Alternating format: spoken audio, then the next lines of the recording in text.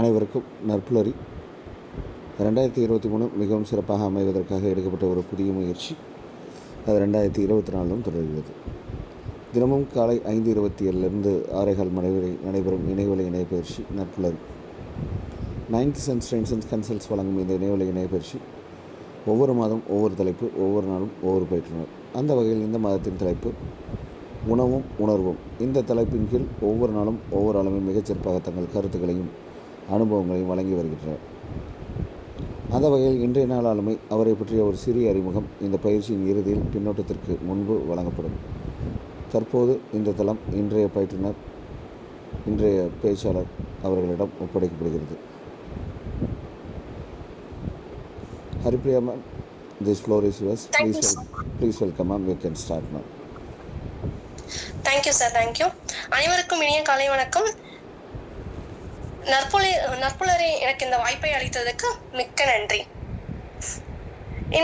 இன்னைக்கான தலைப்பு உணவும் உணர்வும். இப்போ உணவு அப்படின்னு சொல்லும்போது இவ்வளோ நாட்களாக நம்ம பல விஷயங்களை பரிமாறிக்கொள்கிறோம். பல நுணுக்கங்களை நம்மளுக்கு நிறைய விஷயங்களை பகிர்ந்தாங்க.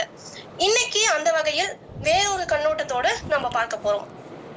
சங்க காலத்துல பண்டைய தமிழர்கள் உணவை என்னென்ன பெயர்ல அழைத்தார்கள் அப்படின்னு பார்த்தோம் அப்படின்னா, உணவுக்கு வேறு வேறு பெயர்கள் என்ன?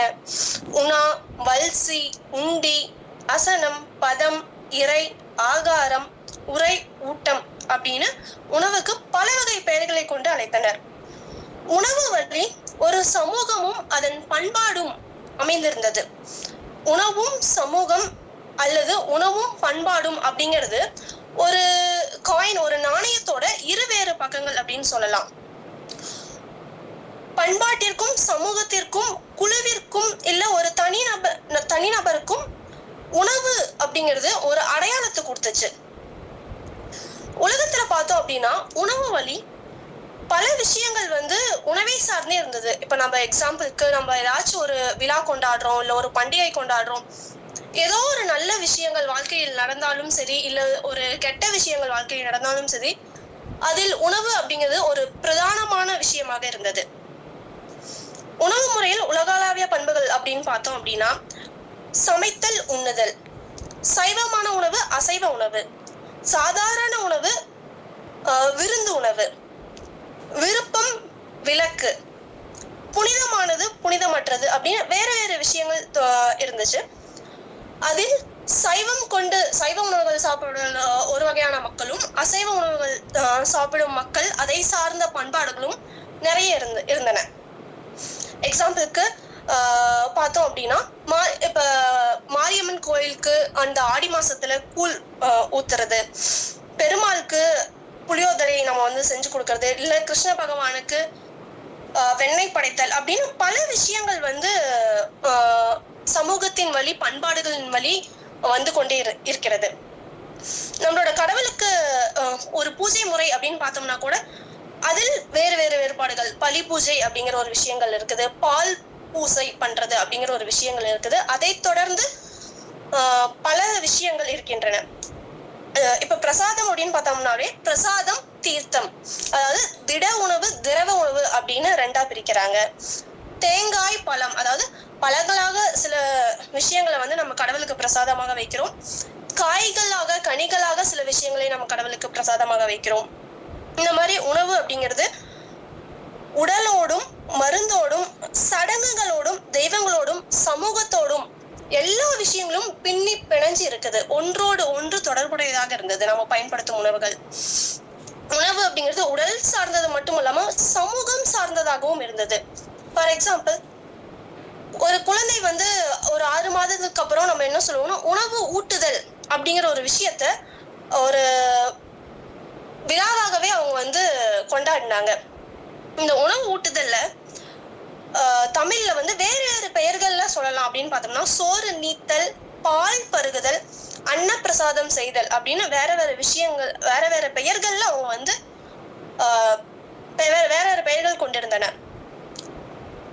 உணவு ஊட்டுதல், உணவு உண்ணுதல், சாப்பாடு போடுதல், கஞ்சி வார்த்தல், இப்படி சோசியலைசேஷன், சமூகமயமாக்கும் சொற்கள் நிறைய இருந்துச்சு. இது உணவு ஊட்டுதல்ல நம்ம குழந்தைகளுக்கு பரிமாறத பார்ப்போம்.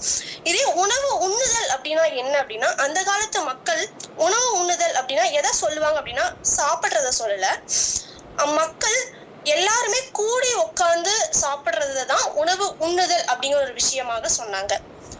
அந்த இடத்துல உணவு உண்ணுதல், அந்த இடத்துல என்னென்ன ஆகும் அப்படின்னா, ஒரு விஷயம் கருத்து பரிமாறிக்கொள்வாங்க, பேசுவாங்க, என்னென்ன நடந்துச்சு, இல்ல எந்த மாதிரி எல்லாம் கொண்டு போகலாம் அப்படிங்கிற கருத்து பரிமாற்றம் அந்த உணவு உண்ணுதல் மூலமாக சென்று அந்த மக்களை அடைந்தன.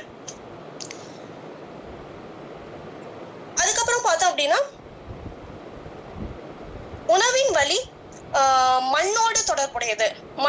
மண்கள் வந்து இந்த சூடான பகுதி, குளிர்ச்சியான பகுதி அப்படிங்கிற இரு வேறுபாடுகளை கொண்டு உணவும் அதற்கான வடிவங்கள் எடுத்தன. பித்தம், வாதம், கபம் அப்படிங்கிற உணவினை கொண்டு நம்மளோட பித்த உடம்பு, வாத உடம்பு, கப உடம்பு அப்படின்னு சொல்லுவாங்க. அந்த மாதிரியான உடம்புகள் எந்தெந்த மாதிரியான உணவுகளை சாப்பிட வேண்டும் அப்படின்னு சொல்லுவாங்க. ஒரு குறிப்பிட்ட கப உடம்புக்காரங்க இந்த மாதிரியான விஷயங்களை சாப்பிட்டா நோய் வராமல் தடுக்கலாம், இல்லைன்னா அந்த கப உடம்புக்காரங்க இந்த மாதிரியான விஷயங்கள், இந்த உணவுகளை சாப்பிட்டால் நோய் வரும் அப்படின்னு நோய்களோடு தொடர்புடையதாகவும் இருந்தது. அந்த அறுசுவை உணவு அப்படின்னு சொல்லுவோம் இல்லையா, இனிப்பு, புளிப்பு, உவர்ப்பு, துவர்ப்பு, உரைப்பு, கசப்பு, இந்த மாதிரியான புல உணர்வுகள் வந்து உடல் சார்ந்த உணர்வுகளையும் வெளிப்படுத்துவதாக இருந்தது. ஒரு உணர்வுகளையும் உணர்வுகள் மனிதனின் குணாதிசயத்தையும் நிர்ணயிக்கக்கூடியதாக இருந்தன. குணாதிசயங்கள் அப்படின்னு சொல்லும் போது அந்த சாத்விகம், ரசாதம், தாமச உணர்வுகள் குணங்கள் அப்படின்னு சொல்லுவாங்க. அதே மாதிரி வேற உணர்வுகள் இதை வச்சு யோகி, போகி அப்படின்ட்டு ஒரு 3 வகையா மனிதர்கள் சொல்லுவாங்க. அதாவது ஒரு வேளை உண்பவர், 2 வேளை உண்பவர், 3 வேளை உண்பவர்கள்லாம் பிரிச்சாங்க. ஸோ இந்த மாதிரி உணவுகளோட நிறைய விஷயங்கள் வந்து பின்னி பிணைஞ்சிருந்துச்சு. அது மட்டும் இல்லாம ஆதிகால மனிதன் வந்து காட்டுல வாழ்ந்தான். அவன் காட்டுல வாழ்ந்ததை வச்சு, அவன் அந்தந்த பகுதிகள் வாழ்ந்ததை வச்சு, அவனோட இருப்பிடத்தை வச்சு மக்களை வந்து குறிஞ்சி நிலம், மருதம், நெய்தல், முல்லை, பாலை அப்படின்னு ஒரு 5 வகையா பிரிக்கிறாங்க. ஆதி மனிதன் அப்படி குழுவா வாழும்போது அவனுக்கு முதன்மையா இருந்ததே ஃபர்ஸ்ட் காய்கறி பழங்களை வந்து பறிச்சு சாப்பிட ஆரம்பிச்சாங்க. அதுக்கப்புறம் பார்த்தோம் அப்படின்னா, இந்த காட்டு தீயினால இந்த மரங்களும் அந்த விலங்குகளும் இறந்து கிடந்தன. அப்ப வந்து அந்த காட்டு தீயினால் சுட்ட அந்த இறைச்சியை வந்து அவங்க வந்து சாப்பிட ஆரம்பிக்கும் போது இந்த மாதிரியும் சாப்பிடலாம் அப்படிங்கிற ஒவ்வொரு விஷயங்களும் கற்று எந்த மாதிரி எல்லாம் உணவுகளை பதப்படுத்தலாம், எந்த மாதிரி உணவுகளை நாம் எடுத்துக்கொள்ளலாம் அப்படிங்கிற அறிவை ஒவ்வொரு பரிணாமத்துக்கு கொண்டு சென்றன.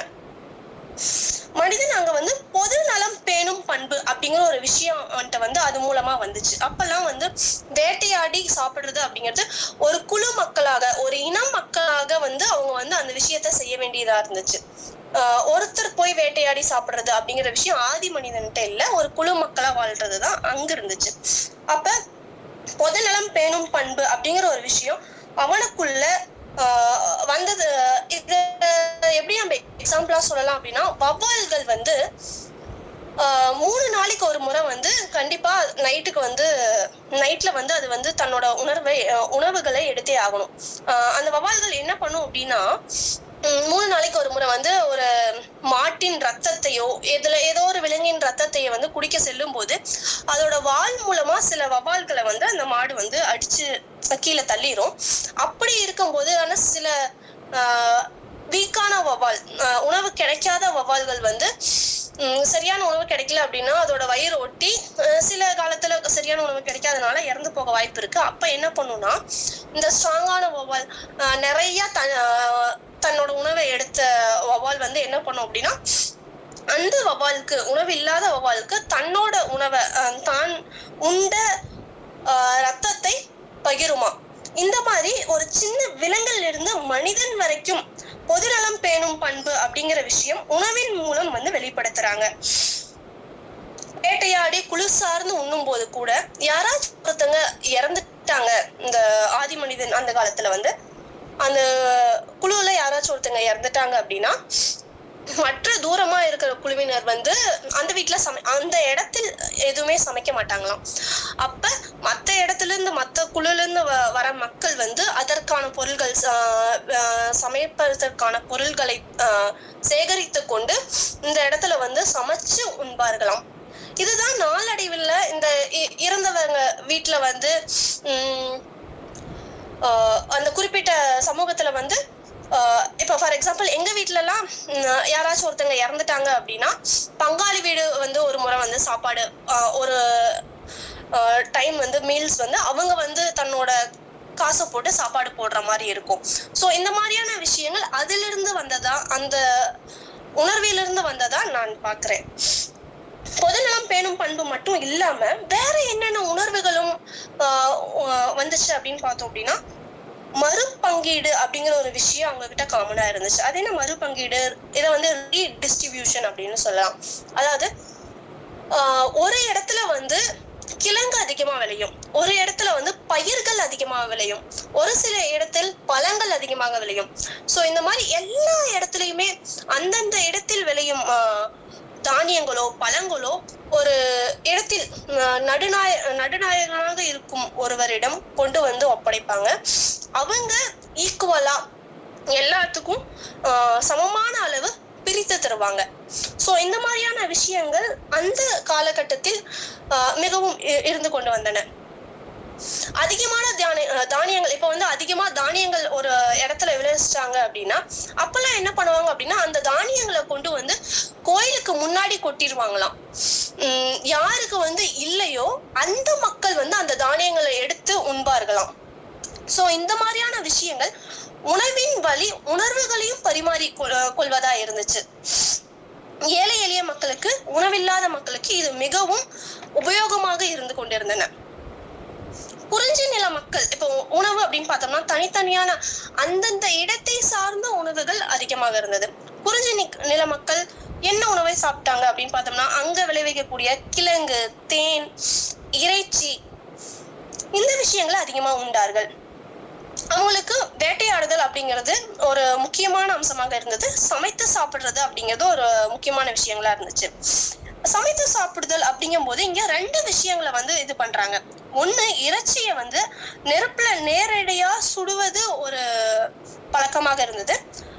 இன்னொரு பழக்கம் என்ன சொல்றாங்க அப்படின்னா வக்குதல் அப்படின்னு சொல்றாங்க. அது என்ன வக்குதல் அப்படின்னு பார்த்தோம் அப்படின்னா வேட்டையாடின ஒரு விலங்க அதோட முடி, அதாவது மயிரை வந்து நெருப்புல வந்து காட்டி வாட்டும் முறை, நெருப்புல இது பண்ணி வச்சு அதை வந்து சுடுறதுதான் வக்குதல் அப்படின்னு சொல்றாங்க. இப்பயுமே சில இடத்துல வந்து இந்த பன்னிலாம் இறைவனுக்கு பலி கொடுத்தாங்க அப்படின்னா இந்த மாதிரியான வக்குதல் முறையை தான் பயன்படுத்துறாங்க.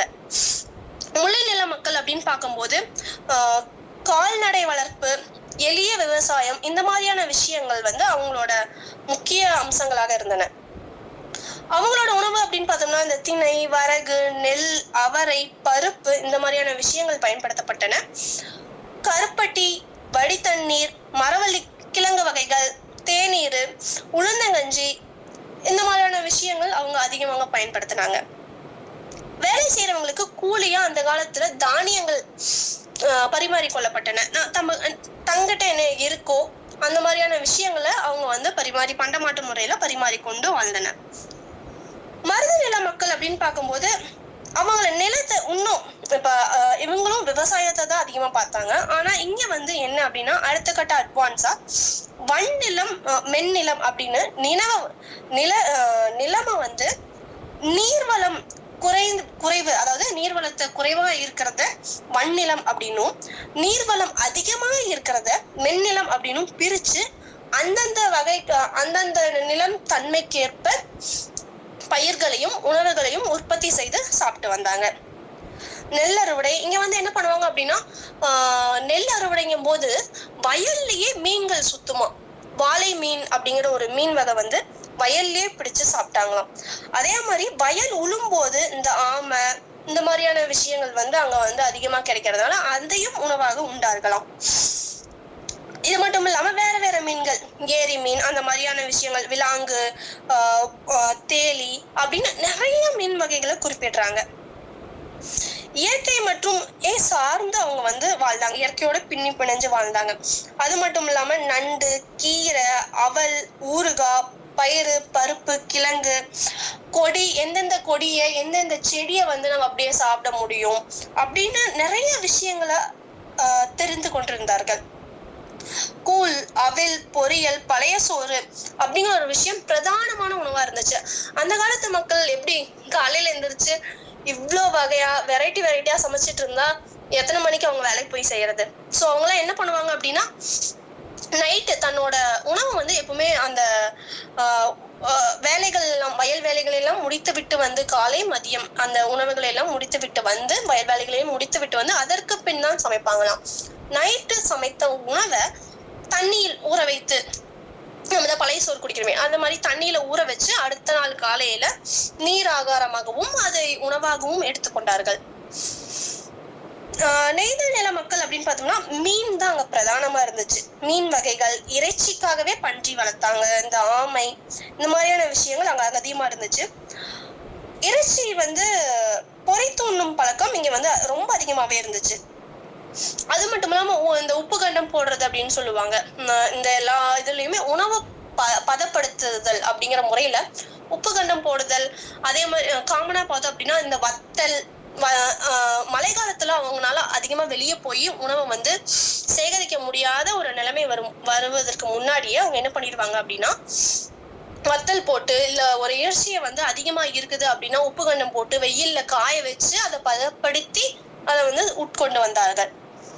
தானியம் அப்படின்னு பார்த்தோம்னா அரிசி, கோதுமை, வரகு, திணை, அதில் தயாரிக்கப்பட்ட சோறு, கஞ்சி, பிட்டு, இடியாப்பம், அப்பம், களி, ரொட்டி, உளுந்தங்கஞ்சி, எள்ளு, அதை ஒட்டி எள்ளு பாகு, எள்ளு பொரி, எள்ளுமா, இந்த மாதிரி பல வகை உணவுகளை வந்து அவங்க சாப்பிட்டு வந்தாங்க.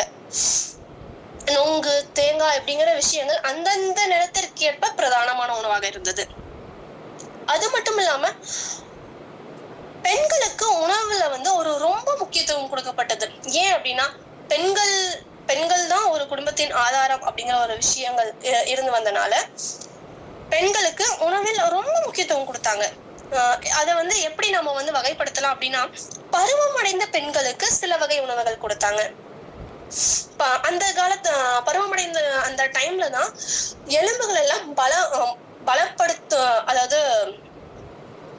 வளர்ச்சிக்கான ஸ்டேஜ்ல இருக்கும்போது உளுந்தங்களி, பச்சரிசி பால் பொங்கல், நல்லெண்ணெய் 2 ஸ்பூன், இந்த மாதிரியான முட்டை 1, இந்த மாதிரியான விஷயங்கள் அந்த டைம்ல வந்து கொடுப்பாங்களாம். ஆனா காரமான உணவை அந்த டைம்ல வந்து கொடுக்க மாட்டாங்களாம். சோ இந்த மாதிரி அந்தந்த டைமுக்கு ஏற்ற உணவுகளை வந்து பெண்களுக்கு கொடுத்தாங்க.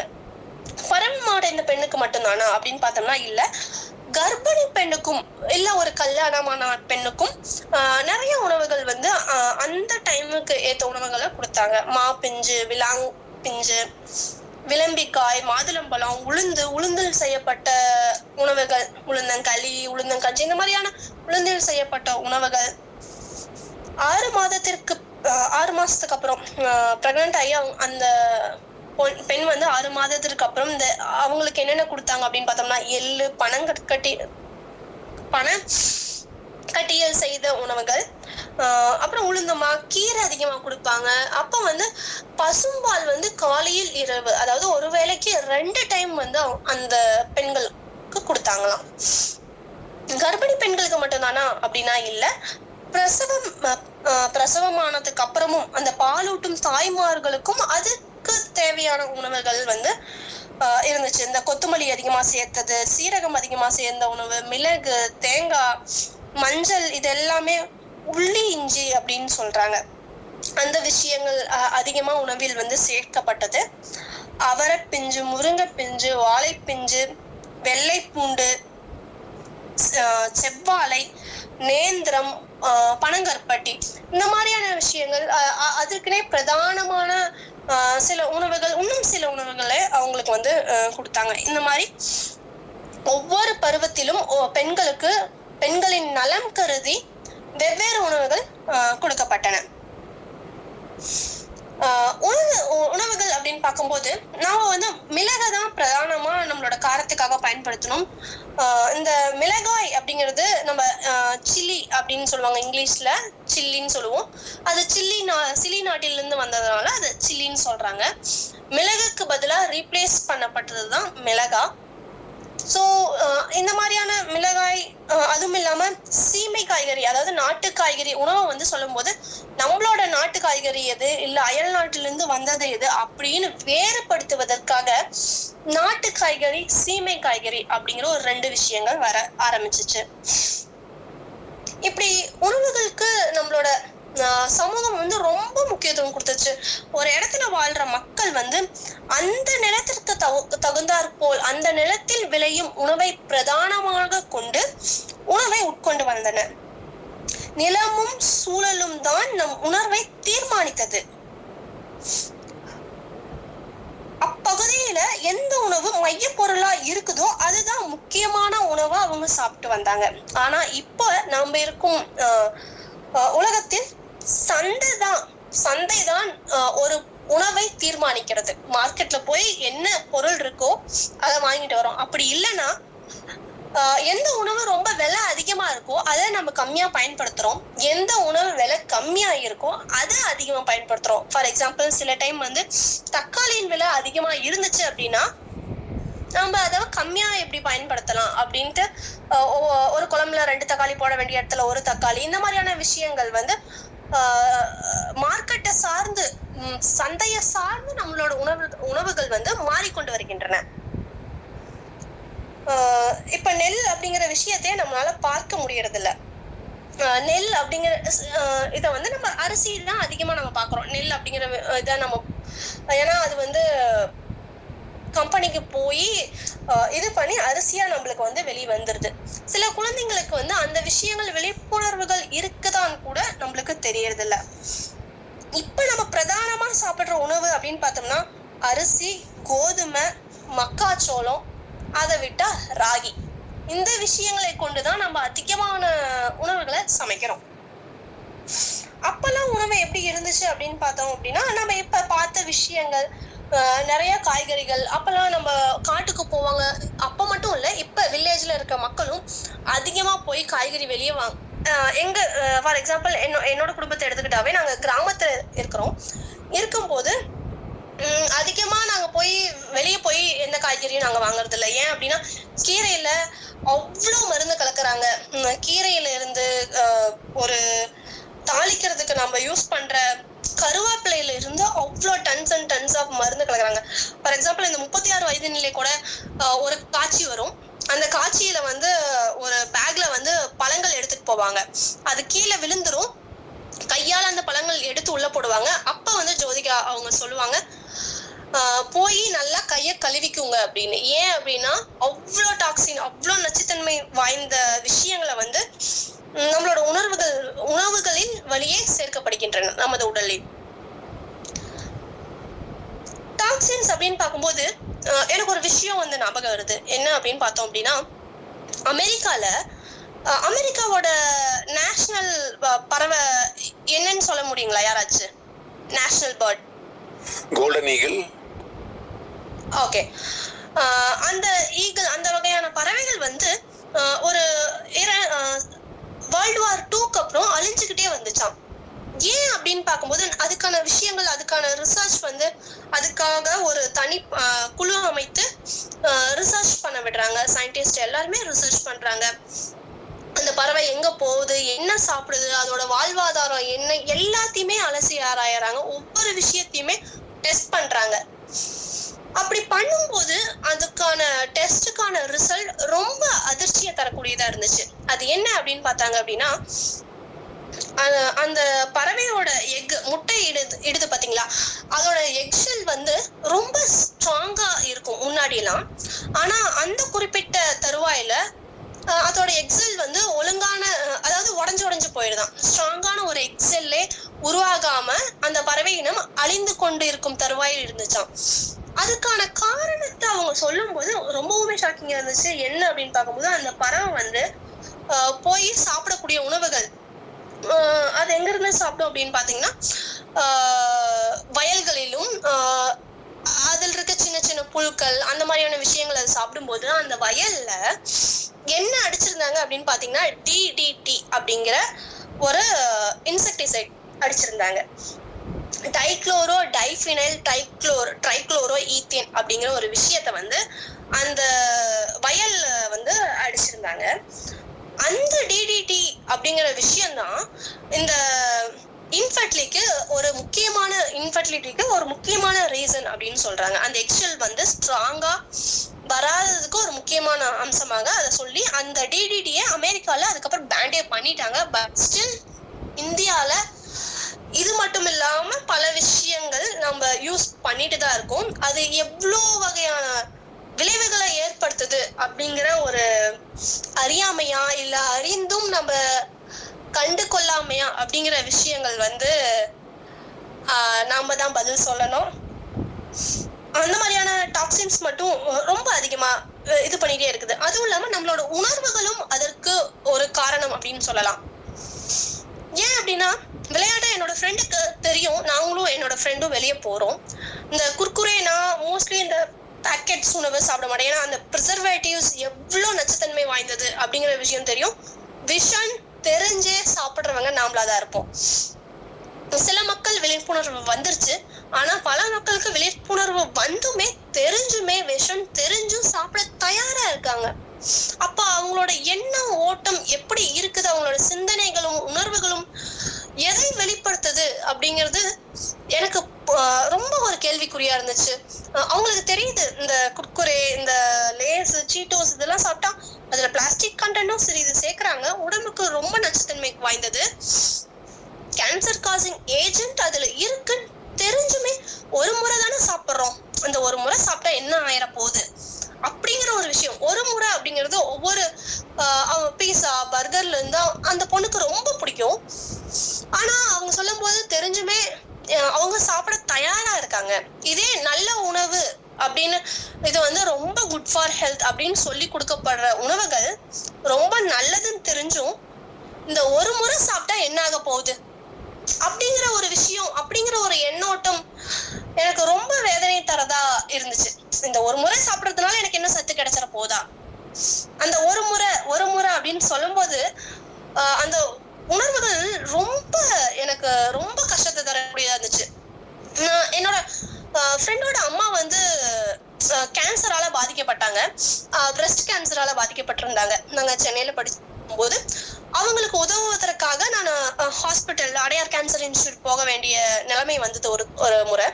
அப்ப போகும்போது சின்ன சின்ன குழந்தைங்களுக்கு கூட அப்படியே தொண்டையில வாயில கேன்சர் வந்து சாப்பிட முடியாம ரொம்ப கஷ்டப்பட்டுட்டு இருந்துச்சு. பல மக்கள் வந்து அவதிப்படுறத என்னால பார்க்க கூட முடியல, அவ்வளவு கஷ்டமா இருந்துச்சு. ஒருத்தங்களுக்கு பக்கத்து வார்டுல இருக்கிற ஒரு 23 வயசு பையனுக்கு பிளட் கேன்சர் அப்படிங்கறதெல்லாம் ரொம்ப ரொம்ப கஷ்டமா இருந்துச்சு. தன்னோட கண் முன்னாடியே தன்னோட குழந்தைகள் இறப்பதை பார்க்கும் அந்த பேரண்ட்ஸோட மனது அப்படிங்கிறது எவ்வளவு வலிச்சிருக்கும் அப்படிங்கிற உணர்வை என்னால ரொம்ப ஏத்துக்கிறதுக்கே ரொம்ப கஷ்டமா இருந்துச்சு. அதெல்லாம் பார்த்துட்டு வந்துதான் சரி நம்ம ஆர்கானிக்கா ஒரு உணவை வந்து விளைவிச்சு கொடுப்போம் அப்படிங்கிற ஒரு விஷயத்துல ஆர்கானிக் ஃபார்மிங் அப்படின்னு நாங்க பண்ணும்போது, ஆர்கானிக் ஃபார்மிங் அவ்வளோ ஈஸியா இல்ல. ஒரு சாயில வந்து பதப்படுத்தி அதை மறுபடியும் அது மலட்டுத்தன்மையுடைய ஒரு சாயில மறுபடியுமே உயிர் கொண்டு வர்றதுக்கு 5 வருஷம் ஆச்சு எங்களுக்கு. 5 வருஷத்துக்கு மேலேயே ஆச்சு. இயற்கை உரங்களையும் பஞ்சகாவியா தசகாவியா அவ்வளவு விஷயங்களை போட்டு அதை கொண்டு வரக்கு. அப்ப வந்து ஆர்கானிக் ஃபார்மிங் ஏன் நம்மளோட விவசாயிகள் சீக்கிரம் எடுக்க மாட்டேங்கிறாங்க அப்படின்னு பார்த்தோம்னா, அது விளைச்சல் மிக கம்மி. நம்மளுக்கு அந்த சாயில மறுபடியும் நம்ம மாத்தணும் அப்படின்னா அதுக்கான டைம் தேவை, அதுக்கான பொருளாதாரமும் நம்மளுக்கு தேவை. அந்த 5 வருஷமும் நம்மளால எந்த இதுவும் எடுக்க முடியாது. இருந்தாலும் நம்ம போட்டு மாத்தி கொண்டு வந்து அதுக்கப்புறம் அந்த சாயில டெஸ்ட் கொடுத்து ஆர்கானிக் சர்டிபிகேட்லாம் வாங்கி கவர்மெண்ட்டை வாங்கி அதுக்கப்புறம் நம்ம பண்ணி ஒரு நாங்கள் நாட்டு சக்கரை சேல் பண்ணிட்டு இருக்கோம். அந்த நாட்டு சக்கரை விற்கும் போது ஒரு ஸ்டால் போட்டு நாங்கள் விற்கும் போது ஒருத்தர் வந்து அந்த ஸ்டால் போட்டு விற்கிறோம்,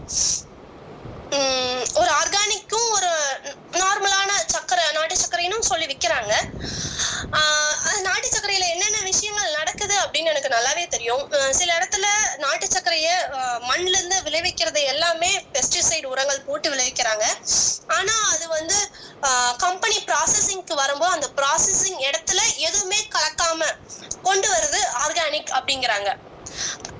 இதுவே ஒரு ஃபார்மர் நிலத்துல இருந்தே ஆர்கானிக்கா கொண்டு வர ஒரு விஷயம், நிலத்துல இருந்தே அந்த இடத்துல இருந்தே ஃபெர்டிலைசர் எதுவுமே உரங்கள் எதுவுமே பயன்படுத்தாம, ப்ராசஸிங் இடத்துலயுமே உரங்கள் எதுவுமே பயன்படுத்தாம, ப்ரிசர்வேட்டிவ்ஸ் எதுவுமே பயன்படுத்தாம நாங்க கொடுக்குற சர்க்கரையோட அருமை அவங்களுக்கு தெரியலனாலும் பரவாயில்ல. ஆனா அப்ப வந்து ஒரு கஸ்டமர் ஒரு ஸ்டால்ல சேல் பண்ணிட்டு இருக்கும்போது ஒரு கஸ்டமர் வந்து கேக்குறாங்க, இந்த ஒரு உணவை வந்து நான் ஆர்கானிக்கா சாப்பிட்டா போதுமா, இந்த ஒரு உணவை நான் ஆர்கானிக்கா சாப்பிடுறதுனால என்ன ஆயிர போகுது அப்படிங்கிற அவங்களோட உணர்வு ரொம்பவே பாதிக்கிற மாதிரி இருந்துச்சு.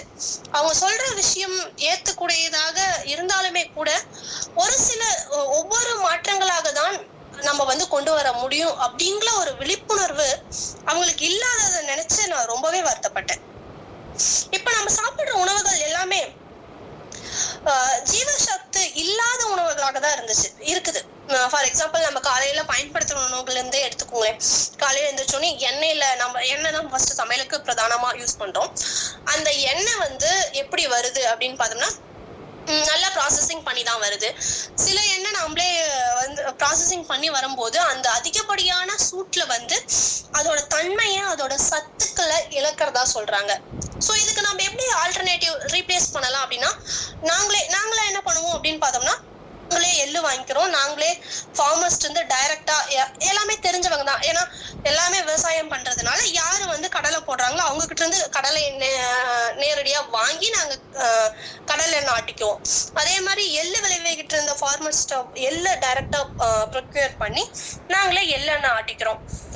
ஸோ இந்த மாதிரி சின்ன சின்ன மாற்றங்களை நாம தான் கொண்டு வரணும். அதே மாதிரி பார்த்தோம்னா இந்த கருவேப்பிலை எல்லாமே அவ்வளோ tons and tons of chemicals வந்து பயன்படுத்துறாங்க. ஆனா நாங்க வந்து வில்லேஜ்ல இருக்கிறதுனால நாங்க கருவேப்பிலை எல்லாம் வெளியே வாங்குறது இல்லை, வீட்லயே நாங்க மரத்துல இருந்து எடுத்துக்கிறோம். எங்களோட பழங்களும் காய்கறிகள் எல்லாமே மேக்சிமம் வீட்டுல இருந்தே வாழைத்தண்டாகட்டும், வாழைப்பூவாகட்டும், கீரை ஆகட்டும், கீரை வகை கூட இந்த கதமம் அப்படின்னு சொல்லுவாங்க. எங்க அத்தை என்ன பண்ணுவாங்கன்னா இந்த காட்டுக்குலாம் மாடு கட்ட போறாங்க அப்படின்னா அந்த கீரை, சிறுகீரை, வாரநாதன் கீரை, இந்த மாதிரி பல வகை கீரைகளை வந்து பொரிச்சுட்டு வந்து அதுல வந்து நாங்க கீரை குழம்போ பொரியலோ செஞ்சு சாப்பிடுவோம். ஸோ நாங்க வந்து அதிகமா மார்க்கெட்ல காய்கறி அதிகமா வாங்க மாட்டோம். முடிஞ்ச அளவுக்கு வீட்டுல இருந்தே இது பண்ணிக்குவோம். ரொம்ப அத்தியாவசியம் தேவைப்படும் போது இல்ல பற்றாக்குறை ஏற்படும் போதுதான் மார்க்கெட் போவோம். அப்படியும் மார்க்கெட் போகும்போதும் யார் வந்து வில்லேஜ்ல இருந்து விவசாயத்திலிருந்து டைரக்டா கொண்டு வந்து விற்பாங்க பாத்தீங்களா, அவங்க கிட்ட இருந்தே டைரக்டா வாங்கிக்குவோம். ஸோ இந்த மாதிரியான சின்ன சின்ன மாற்றங்கள் மிகவும் முக்கியமானது அப்படின்னு என்னோட கருத்தை வந்து நான் வந்து பதிவு செய்து கொள்கிறேன். இது மட்டும் இல்லாம பால் அப்படிங்கிறது ஒரு பிரதானமான உணவா இருக்குது. பால், தயிர், மோர் அப்படிங்கிற விஷயம். ஆனா அந்த பால் வந்து அடல்ட்ரேஷன் இல்லாம தான் வருதா அப்படிங்கிறது ஒரு பெரிய பெரிய கொஸ்டின் மார்க். இந்த மாட்டுல இருந்து வர்றது கூட ஒரு பெரிய கொஸ்டின் மார்க்கா தான் இருக்கு. எங்க வீட்டுல நாங்களே மாடு வச்சிருக்கோம், நாங்களே என்ன போடுறோம்னு தெரியும், நாம என்ன அதுக்கு கொடுக்குறோன்னு தெரியும். ஸோ அதுல பிரச்சனை இல்லை. நாமளே வந்து பண்றோம் அப்படின்னா அதுல பிரச்சனையே இல்லை. இதே மத்தவங்ககிட்ட இருந்து வாங்குறோம், கொள்முதல் பண்றோம் அப்படின்னாலும் நம்ம அதை வந்து செக் பண்ண வேண்டிய சூழ்நிலையில நம்ம இருக்கிறோம். மாட்டுக்கு வந்து ஆக்சிடாக்சின் அப்படிங்கிற ஒரு ஊசியெல்லாம் நிறைய போடுறாங்க, பால் வந்து அதிகமா சுரக்கணும் அப்படிங்கறக்காக. இதே கோழி அப்படின்னு எடுத்தோம்னா உங்களுக்கே தெரியும், நிறைய வந்து எப்படி வளர்க்குறாங்க, அந்த கோழி எப்படி வளர்க்குறாங்க. ஒரு கோழி 45 நாள்ல சீக்கிரம் வேக வேகமா வளருது, கறிக்காகவே வளர்க்கப்படுது. ஸோ அந்த மாதிரியான கோழி எங்கேயுமே போகாம ஒரு கூண்டுலயே அடைஞ்சிருக்க கோழிக்கிட்ட எவ்வளவு சத்து இருக்கும்னு தெரியல. அதுக்குமே டன்ஸ் அண்ட் டன்ஸா நச்சுத்தன்மை வாய்ந்த விஷயங்களை தான் அதுக்கு போடுறாங்க. அதுல இருந்து வரும் உணவு எப்படி இருக்கும் அப்படின்னு நாம தான் யோசிச்சு ஒரு விஷயத்த நம்ம ஏத்துக்கணும். நோய்கள் அப்படிங்கும் போது இப்ப வந்து உணவின் அதாவது கழிவு ஏறலைன்னா தான் அது நோய் வந்து நோயா உருவெடுக்குது அப்படிங்கிறாங்க. இப்ப நம்ம ஜீவசக்தி இல்லாத உணவு வந்து ஏற்கும் உடலுக்கு தரும்போது 2 விஷயத்த உடல் செய்யுது. ஒண்ணு, அதுக்கு அந்த உடலுக்கு தேவையான சக்தி கிடைக்கிறது இல்ல. 2வது, அந்த கழிவை வெளியே தள்ளுற ப்ராசஸ்லயே அது வந்து ரொம்ப போராடுது. இந்த போராட்டம் நாளடைவுல என்ன ஆகுது அப்படின்னா, அந்த கழிவு தேக்கம் எங்கேயாச்சும் போய் தேங்கிருது, அது நோயா வெளிப்படுது. அது மட்டும் இல்லாம பார்த்தோம் அப்படின்னா, ஒரு மனிதன் வந்து ரொம்ப சந்தோஷமா இருந்தான் அப்படின்னா அவனுக்கு நோயே வராது அப்படிங்கிறாங்க. அப்ப அந்த மனிதன் எப்படி சந்தோஷமா இருப்பான் அப்படின்னா, இந்த மாதிரி நல்ல உணவுகளை உட்கொள்வதனால் நல்ல உணர்வுகள் ஏற்படுகின்றன. அது மட்டும் இல்லாம கூடி வாழும் போது அவன் மிகவும் சந்தோஷமாக இருந்தான். இது எப்படி நான் சொல்லலாம், நான் கொரோனா டைம்ல வந்து இருக்கும்போது நல்லாவே ஃபீல் பண்ணேன். நாங்க சென்னையில இருக்கும்போது வீட்டை விட்டு யாருனாலுமே வெளியே வரவே முடியல. ஒரு வீடு இன்னொரு வீடும் பேசிக்கிறது கூட, ஐயோ கொரோனா வந்துருமா, அவங்க கிட்ட முகம் கொடுத்து பேசினா கூட கொரோனா வந்துருமா, ஒரு விஷயம் வாங்குறதுக்கு கூட வெளியே போகல. இதே நாங்க சென்னையில இருந்து எப்படிதான் அந்த 10 நாள் ஓட்டுறது ரொம்ப கஷ்டமா இருந்துச்சு. அங்கிருந்து நாங்க எங்க வீட்டுக்கு வந்துட்டோம், வில்லேஜுக்கு வந்துட்டோம். வில்லேஜ்ல கொரோனா அப்படிங்கிற ஒரு இதுக்கு நாங்க மதிப்பே கொடுக்காத மாதிரி இருந்துச்சு. ஏன்னா அப்பதான் எல்லா மக்களுமே வீட்டுல ஃப்ரீயா இருந்தாங்க. எல்லாருமே எங்க வீட்டுல வந்து கூடிடுவாங்க. அந்த டைம்ல எங்க வீட்டுல ஒரு 30 பேத்துக்கு காலை மதியம் இரவு எல்லாரும் சேர்ந்து சமைச்சோம். செய்யாத தின்பண்டங்களே இல்ல. அந்த டைம்ல தான் முறுக்கு, பஜ்ஜி, என்னென்ன உணவு இருந்துச்சோ அத்தனை வகையான உணவுகளையும் ட்ரை பண்ணி பார்த்தோம். தாயகத்தை விளையாடுறதுல இருந்து எல்லாமே ஒரு ரொம்ப ஜாலியா போச்சு அந்த டைம். அப்பதான் நிறைய சூப்பு, நொச்சி தலையில வந்து தினமுமே ஆவி பிடிக்கிறது, ஒரு நாள் விட்டு ஒரு நாள் எல்லாருமே ஆவி பிடிக்கிறது. அப்புறம் என்னென்ன விஷயங்கள், அப்பதான் நிறைய விஷயங்கள் சொன்னாங்க. நிலவேம்பு கசாயம், அந்த கசாயம், இந்த கசாயம், எலுமிச்சம் சாறு, என்னென்ன விஷயங்கள் சொன்னாங்களோ அத்தனை பேத்துக்கும் எனக்கு காலையில 30 பேர் இருக்கோம், 30 பேத்துக்கும் சூப்பு. இந்த காஃபி டீ அப்படிங்கிறது காலையில கொஞ்ச நாள் அவாய்ட் பண்ணிட்டு இருந்தாங்க. ஸோ அந்த மாதிரியான விஷயங்கள். அதுக்கப்புறம் கொரோனாக்கு அப்புறம் நம்ம வந்து மறுபடியும் ஏதாச்சும் ஒரு நோய் அப்படின்னு வரும்போதுதான் நம்மளோட உடல்ல அக்கறை கொண்டு பயந்து சில விஷயங்களை நம்ம செஞ்சோம். பட் அது போனதுக்கு அப்புறமும் அதை செய்யறோமா அப்படிங்கிறது ஒரு பெரிய கொஸ்டின் மார்க்கா இருக்குது. ஸோ இதுக்கு நாம தான், நம்மளோட எண்ணங்கள் தான், நம்மளோட உணர்வுகள் தான் பதில் சொல்ல வேண்டும் அப்படிங்கிற ஒரு கருத்துக்களோட நான் இந்த உரையை முடிக்கிறேன். நன்றி, வணக்கம். Thank you so much ma'am. இன்றைய பயிற்றுனர் இன்றைக்கி ஒரு அருமையான காலை வேளையில் இன்றைக்கி நிறையா விஷயங்களை நம்மளுக்கு கொடுத்த, ஒரு ஆர்கானிக் ஃபுட் கல்ச்சரை பற்றி நம்மளுக்கு நிறைய விஷயங்களை கொடுத்த இன்றைய பயிற்றுனரை பற்றிய ஒரு சிறிய அறிமுகம். இவங்க வந்து பஞ்ச் குருகுலத்தின் சான்றிதழ் பெற்ற பயிற்றுனர், ஆர்கானிக் ஃபுட் ப்ராடக்ட்ஸ் வந்து பண்ணுற ஒரு தொழில் முனைவோர், யூபிஎஸ்சி எக்ஸாம் ஒரு ஆஸ்பரண்ட். இவங்க வந்து ரைலா அப்படின்றது ஆண்டர்ப்ரனர்ஷிப் ப்ரோக்ராம் வந்து நடந்துகிட்ருக்கு. அதில் வந்து பங்கேற்று சிங்கப்பூர் குவாலிஃபிகேஷன் ஆகி வின் ஆனவங்க. இவங்களோட அகாடமிக்ஸ்ன்னு பார்த்திங்கன்னா அழகப்பா யூனிவர்சிட்டி காரைக்குடியில் இருக்கிறதுல எம்பிஏ பண்ணியிருக்காங்க. அதுக்கு முன்னாடி பேச்சுலர்ஸ் வந்து அண்ணாமலை யூனிவர்சிட்டியில் அக்ரிகல்ச்சரில் பண்ணியிருக்காங்க, பிஎஸ்சி அக்ரி. ஸோ கேரியர் அனுபவம்னு பார்த்திங்கன்னா யூபிஎஸ்சிக்காக 2 தடவை எக்ஸாம் எழுதி அட்டன் பண்ணியிருக்காங்க. ஸோ ரேஸ் கோச்சிங் இன்ஸ்டியூட் கோயம்புத்தூரில் மென்டராக இருந்திருக்காங்க. கேரியர் கைடன்ஸ் ப்ரோக்ராம்ஸ் வந்து நிறையா எடுத்துகிட்ருக்காங்க. Banking career, service commission exams, school சில்ட்ரனுங்களுக்கு ட்ரெயினராக வந்து பார்த்திங்கன்னா பிஜி பஞ்ச் குருகுலத்தில் நிறையா ஸ்கூல் ஸ்டூடெண்ட்டுக்கு பிஏபி ப்ரோக்ராம் பண்ணிகிட்ருக்காங்க. ட்ரைனிங்க்கு கண்டென்ட்ஸ் நிறையா பண்ணிகிட்ருக்காங்க. ஸோ இப்படி நிறையா நல்ல விஷயங்களுக்கு சொந்தக்காரனான இன்றைய ஆளுமை பஞ்ச் குருகுலத்தின் பயிற்றுனர். எனக்கு பஞ்ச் குருகுலம் ட்ரைனர்ஸ் எஜுகேஷன் ஒர்க் ஷாப் மூலமாக பழக்கமான ஒரு நல்ல தோழி.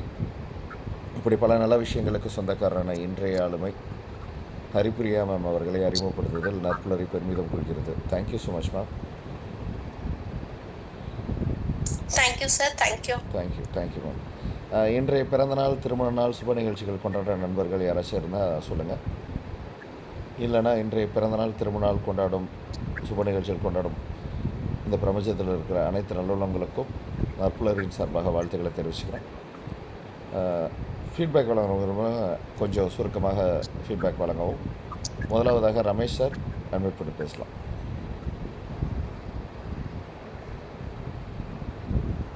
அனைவருக்கும் நட்புள்ள வணக்கம். ஒரு அருமையான இன்னைக்கு பேச்சு தான் சொல்லலாம். பண்டைய கால மனிதர்களின் உணவு முறையிலேருந்து ஆரம்பிச்சு அவங்களுடைய அடுத்தவங்களுக்கு உணவு கொடுக்குற முறைகள், கோவில் வாசல்ல அதிகமா இருக்கிறவங்க உணவை கொட்டிட்டு தேவை இருக்கிறவங்க மற்றவங்க எடுத்துக்கிற விஷயங்களோட சொன்ன விதமும், அமெரிக்கால ஈகிளோட இனத்திற்கும் எப்படி இந்த அடல்ட்ரேஷன் ஆஃப் ஃபுட்டுல இருந்து பாதிக்கப்பட்டது அது சம்பந்தமா சொன்னது, கேப்சூல் ஷூட் காட்சிகள், இதுவுமே கான்சென்ட்ரேட் காட்சிகள் நானுமே பார்த்துருக்கேன். ரொம்ப கொடுமையான ஒரு விஷயங்களா இருக்கும். ஆர்கானிக் ஃபுட்டு தயாரிக்கிறதுல இருக்கிற கஷ்டம் அப்படின்னு உணவுக்கும் உணர்வுக்கும் உள்ள அத்தனை விஷயத்தையும் பெண்ணி பெடல் எடுத்திருக்கிறாங்க அப்படின்னு சொல்லணும். ஒரு அருமையான ஒரு நல்ல ஒரு தலைப்பு ஒட்டிய அருமையான பேச்சு. வாழ்த்துக்கள் மேடம். நன்றி சார், நன்றி. Thank you so much Ramesh sir. Lakshminathan sir, நீங்கள் அட்மிட் பண்ணி பேசுங்க சார். இனிய நற்புலரி வணக்கங்கள் நண்பர்களே. இன்றைய உணவும் உணர்வும் தலைப்பினாலான பயிற்சி எடுக்க வந்திருக்கக்கூடிய ஹரிப்பிரியா அவர்களுக்கு முதற்கல் பாராட்டுக்கள், வாழ்த்துக்கள்.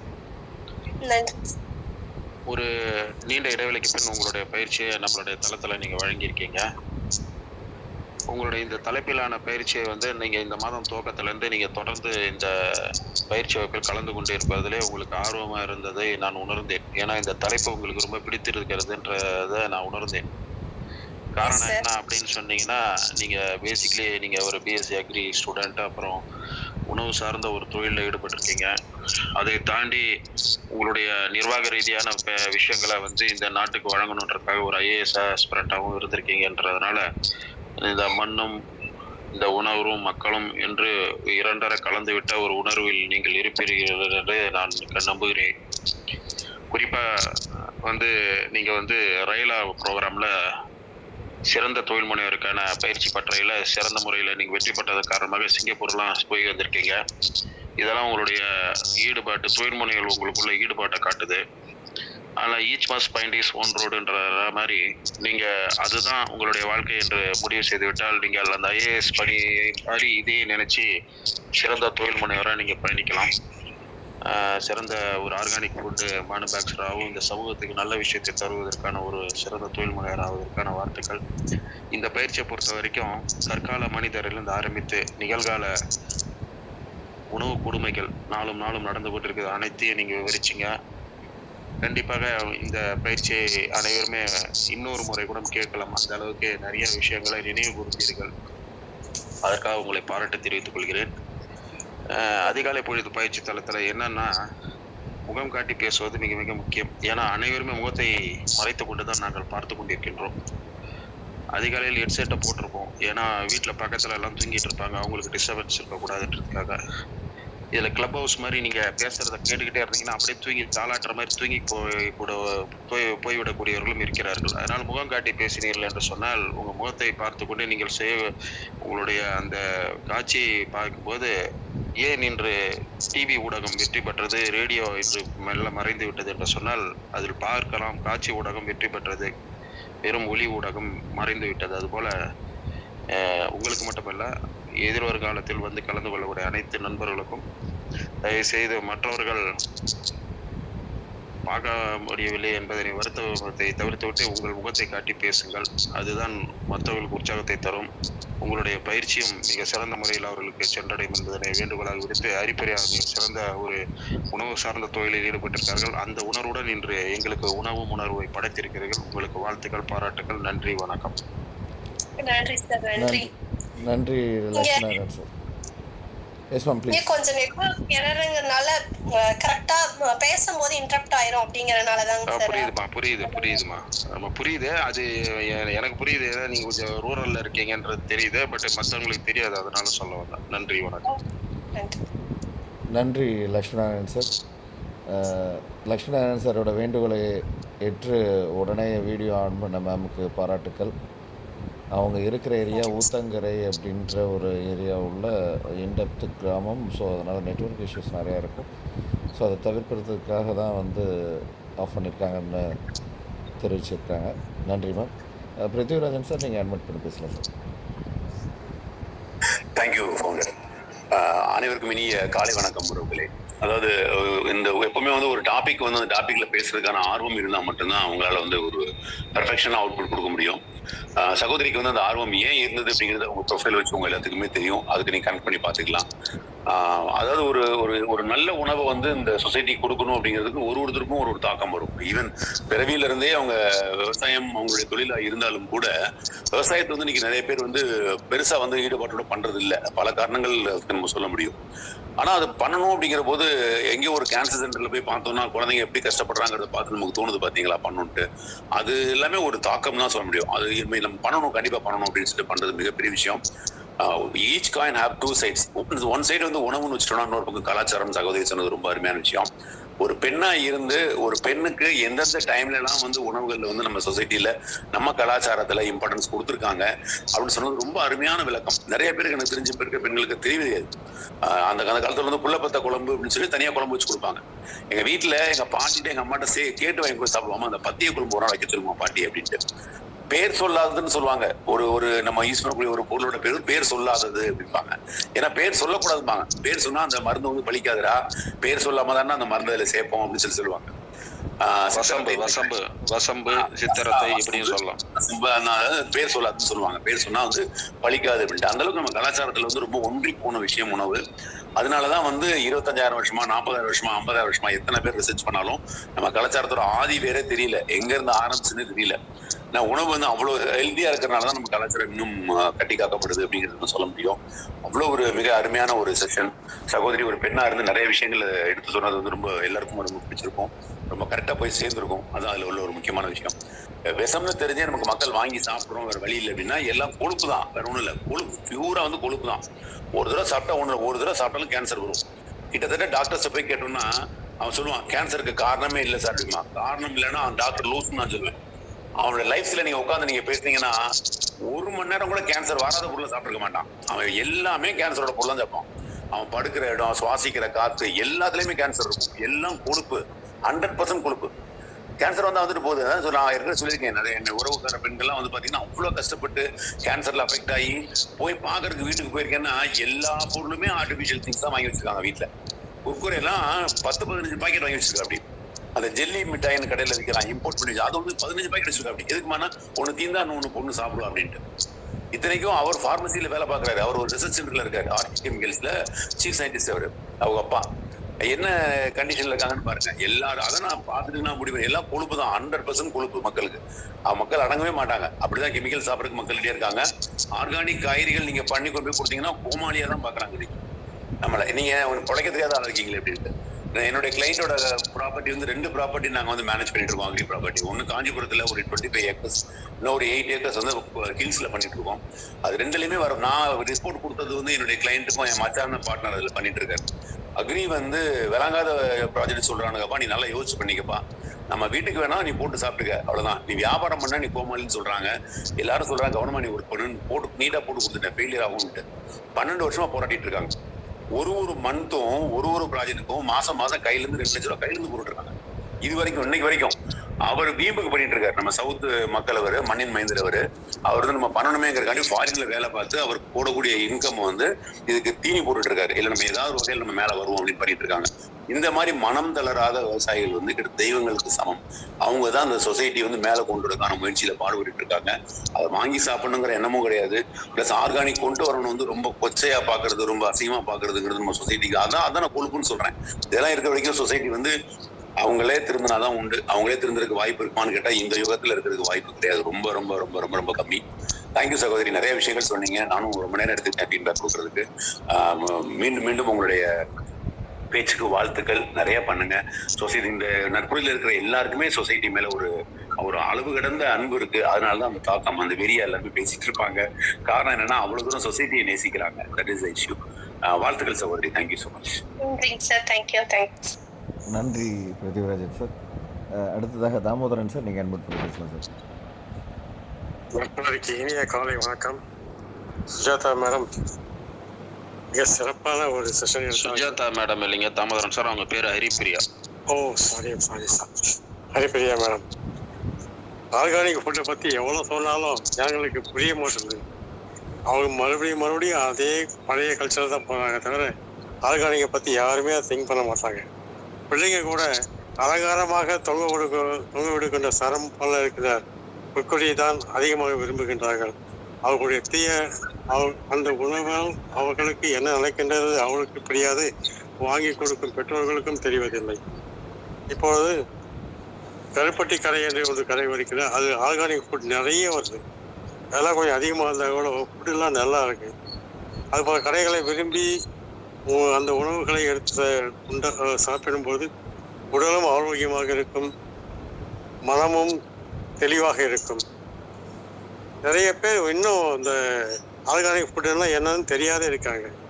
அவங்களுக்கு விளக்கமாக ஹரிப்பிரியா அவர்கள் கூறியது மிக்க மகிழ்ச்சி.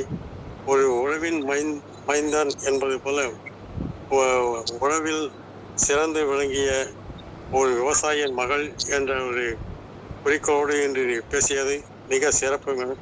நன்றி, உங்களுக்கு வாழ்த்துக்கள், பல கோடி வாழ்த்துக்கள். நன்றி, வணக்கம். நன்றி சார், தேங்க்யூ. நன்றி தாமோதரன் சார். அடுத்த வீரசேகரன் சார், நீங்கள் நோட் பண்ணி பேசுங்க. அன்புடைய சகோதரர்கள் சகோதரிகள் முதல் அனைவருக்கும் வணக்கம்.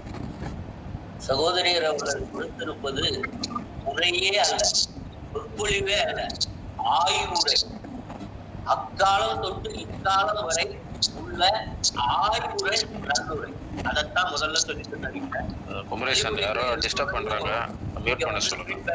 பின்னூட்டம் விட்ட எல்லாரையும் வழிமொழின்னு நினைக்கிறேன்.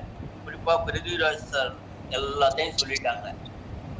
இதுல நம்ம வேல்யூன்னு பார்த்தோம்னா, பருவத்துல இருந்து குழந்தை 6 மாசத்துல இருக்கிறப்ப அதுக்கு உணவு ஊட்டுல இருந்து கஞ்சி வார்த்தல்ங்கிறதுல இருந்து ஆரம்பிச்சு ஒரு பருவமங்கைக்கு உளுத்தங்கஞ்சி, பருவமடைஞ்ச மங்கைக்கு உளுத்தங்கஞ்சி கொடுக்கறதுல இருந்து கர்ப்பிணி பெண்களுக்கு கர்ப்பிணியா இருக்கிறப்ப என்ன கொடுக்கறது, பாலூட்டுங்கிற டைம், அப்ப அவங்களை எவ்வளவு நம்ம கேர் எடுத்துக்கிறோம்னு பாருங்க. அப்புறம் எல்லாம் கூடி உட்கார்ந்து சாப்பிடுறது. இது மாதிரி வேல்யூ அடிஷன் அவ்வளவு கொடுத்துட்டாங்க. பிரிசர்வேட்டிவ்னு சொல்றாங்க. ஒண்ணு இங்க ப்ரொடக்ஷன் பண்றவங்கள்ட்ட எல்லாம் நான் அவங்க உட்பாதம் தொட்டு நான் கேட்டுவேன், பிரிசர்வேட்டிவ்னு சொல்லாதீங்க இனிமே, அது மாதிரி எழுதாதீங்க.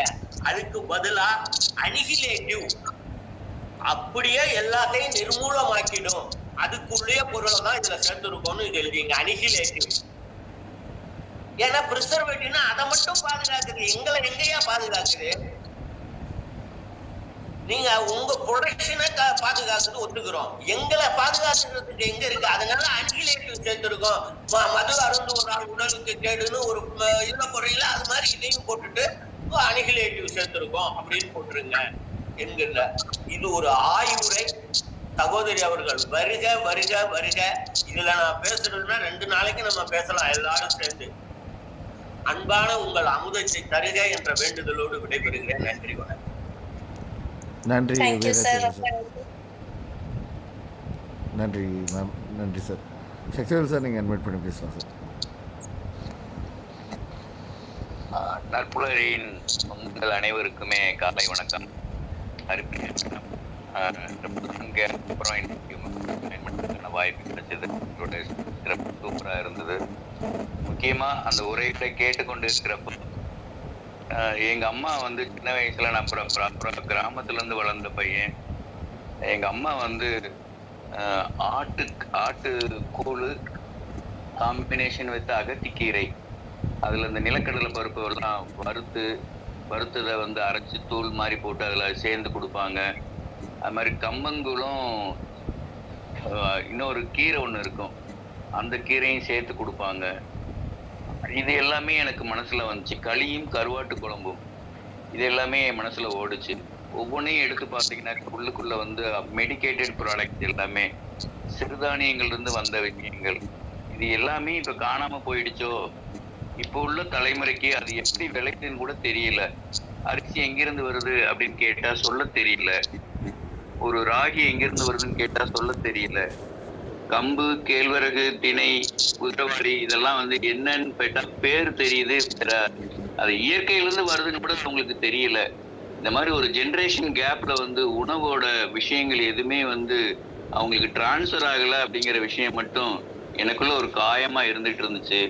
நிறைய இடத்துல நீங்க அதை வெளிப்படுத்தி காமிச்சீங்க. ரொம்ப சிறப்பான உரையாக இருந்தது. வாழ்த்துக்கள் மேடம். நன்றி மேடம். தேங்க்யூ. நன்றி ஷேக்ஸ்பியர் சார், நன்றி. அடுத்தாக சிவகணி மேம், நீங்கள் அன்மியூட் பண்ணி பேசலாம். அனைத்து உறவுகளுக்கும் காலை வணக்கம். ஹரிப்ரியா மேம், ரொம்ப நல்லா இருந்தது செஷன். அதாவது நம்மள நீங்க காமிச்சிருக்கீங்க, ஹரிப்ரியா தான் நானு, நீங்க தான் அப்படிங்கறத ஒரு உணர்வு பூர்வமா அந்த உணவு சொல்லியிருக்கீங்க. அந்த உணவு விளைச்சல்ல இருந்து நம்ம எப்படி உணர்வோட இருக்கணும் அப்படிங்கறதெல்லாம் ஸ்டார்டிங்ல இருந்து செஷன் ரொம்ப சூப்பரா போச்சு. அவ்வளவு ஒரு விஷயங்களை கொண்டு வந்து கொடுத்துருக்கீங்க. ரொம்ப நல்லா இருந்தது ma'am. Thank you so much. Thank you. Thank you so much Sivagani ma'am. Ramasubramaniam sir, நீங்கள் அன்மியூட் பண்ணி பேசலாம். Thanks sir. ஹரிப்ரியா மேடம், உங்களோட ஸ்பீச் நல்லா இருந்தது. நீங்கள் பண்ண எக்ஸ்பெரிமெண்ட்டில் இருந்து நீங்கள் ஷேர் பண்ண விஷயமா தான் நான் பார்க்குறேன். அதுவும் அதை தாண்டி நீங்கள் நிறைய ரிசர்ச்சும் பண்ணியிருக்கீங்க இந்த ஸ்பீச்சுக்கு. அது எங்களால் உணர முடிஞ்சுது. ஸோ இந்த விவசாயத்தை பற்றி சொல்கிறப்போ விவசாயம் நம்மளோட ரீசெண்டாக படத்தில் கூட சொல்லுவாங்க, அது நம்மளோட வாழ்வியல் முறை, இட்ஸ் நாட் அ பிஸ்னஸ் கிடையாது அப்படிங்கிறது. அதையும் உங்கள் ஸ்பீச்லேருந்து நல்லா உணர முடிஞ்சுது. ப்ரிசர்வேட்டிவ் இல்லாத உணவுங்கிறது இன்றைக்குமே ஒரு சின்ன பெட்டி கடை, ஒரு மளிகை கடைக்கு போனால் கூட என்னால் ஒன்று கூட ஐடென்டிஃபை பண்ண முடியலை ப்ரிசர்வேட்டிவ் இல்லாத இது. விச் மீன்ஸ் எல்லாத்துலேயுமே அந்த டாக்ஸிக் இன்ஹெரிட்டடாக வந்துடுச்சு. அதை விட்டு வெளியில் வர்றதுங்கிறது ஈவன் நான் எவ்வளோ செஷன்ஸ் இவ்வளோ நாள் அட்டன் பண்ணியிருக்கிறேன். பட் அதை விட்டு வெளில வர்றதுங்கிறது அது சாத்தியமா என்னங்கிறது கூட எனக்கு தெரியல. I'm still exploring madam. அந்த நாட்டு சக்கரை எல்லாம் சொன்னீங்க. ஸ்டில் இந்த இயற்கை இதில் கூட சித்த மருத்துவம் இங்கிலீஷ் மெடிசனில் நம்ம சைடு எஃபெக்ட் தெரியும். பட் சித்தாவில் we do not know the side effects. சரிங்களா? இப்போ அந்த மாதிரி தான் இப்போ நாட்டு சக்கரை குட் ஃபார் ஹெல்த்னு சொல்கிறாங்க. பட் இப்போ white சுகரில் we know what is the chemical, what is the side effect. But நாட்டு சக்கரையில் அவங்க அந்த குட் மேனுஃபேக்சரிங் ப்ராக்டிஸ் என்ன பண்ணுறாங்க, அது எப்படி கன்சியூமர் எப்படி அதை ஐடென்டிஃபை பண்ணுறதுங்கிறது still it's a big question mark madam. நீங்கள் அதை குவாலிட்டியாக பண்ணுறீங்க. பட் இப்போ எங்களை மாதிரி ஒரு பப்ளிக் அது எப்படி ரீச், நாங்கள் எப்படி ஐடென்டிஃபை பண்ணுறதுங்கிறது ஸ்டில் இட்ஸ் அது.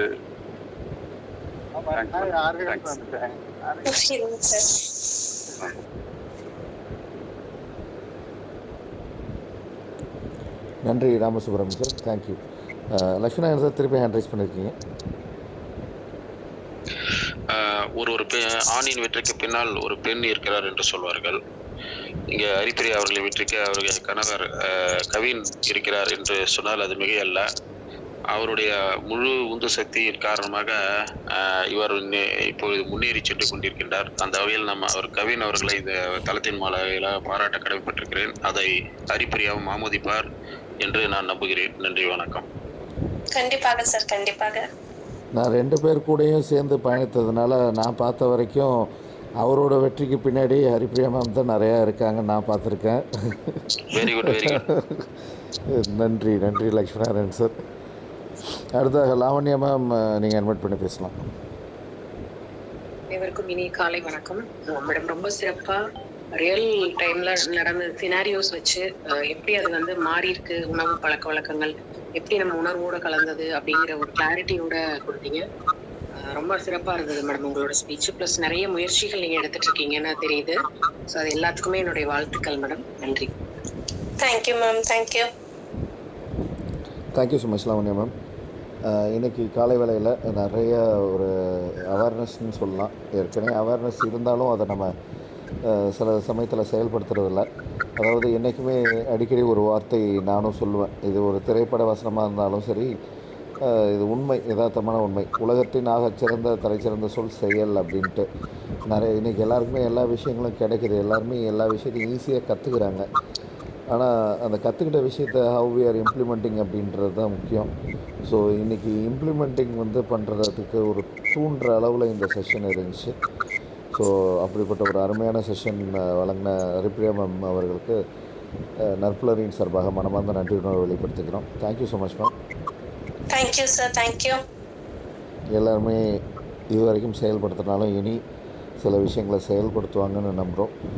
நண்பர்களே, இன்றைய காலை வேளையில் அதிகாலை வேளையில் இந்த நிமிஷம் வரைக்கும் பயணித்திருக்க அனைத்து நல்லுள்ளங்களுக்கும், பயணித்து வேலை நிமித்தம் காரணமாக விடைபெற்ற அனைத்து நல்லுள்ளங்களுக்கும், அப்புறம் குமரேசன் சார், நேற்று ரமேஷ் சாருக்கு பேத்தி பிறந்திருக்கிறத நியூஸ் போட்டிருந்தாங்க, செய்தி. அதை அவருக்கு வாழ்த்துக்களை பாராட்டுகள் தெரிவிச்சிருங்க. சூப்பர் லெஃப்ட் ஆகிட்டார். Super sir. நீங்கள் கவின் சாரை பற்றி சொல்லும் போதும் கவின் சார் வெளியே போயிட்டாங்க. கவின் சார் இருக்கும்போது இருந்தால் நல்லா இருந்திருக்கும். ரைட்டு. ரமேஷ் சாருக்கு எல்லாருமே பர்சனலாக ஃபோன் பண்ணி வாழ்த்துக்களை தெரிவிங்க, இல்லைனா அவங்களோட வாட்ஸ்அப்புக்கு வாழ்த்துக்களை தெரிவிங்க. ரமேஷ் சார் வந்து எனக்கு முன்னாடி ஒரு மெசேஜ் போட்டிருந்தாங்க, நான் நிச்சயமாக நாகப்பட்டினம் வருவேன் அப்படின்னு. 29ஆம் சந்திக்கும் போது டைரெக்டாகவும் எல்லோரும் வாழ்த்துக்களை தெரிவிக்கலாம். நண்பர்களே, வேலை நிமித்தம் காரணமாக விடைபெற்ற அனைத்து நல்லவங்களுக்கும், பின்னோட்டம் வழங்கிய அனைத்து நல்லவங்களுக்கும் மீண்டும் ஒரு முறை நற்புலரின் சார்பாக நன்றி வெளிப்படுத்துகிறோம். மீண்டும் ஒரு நல்ல செஷன், நல்ல நபருடன் நாளை சந்திப்போம் நண்பர்களே. நன்றி, வணக்கம். Thank you sir. ரொம்ப நன்றி. Thank you so much ma'am. Thank you.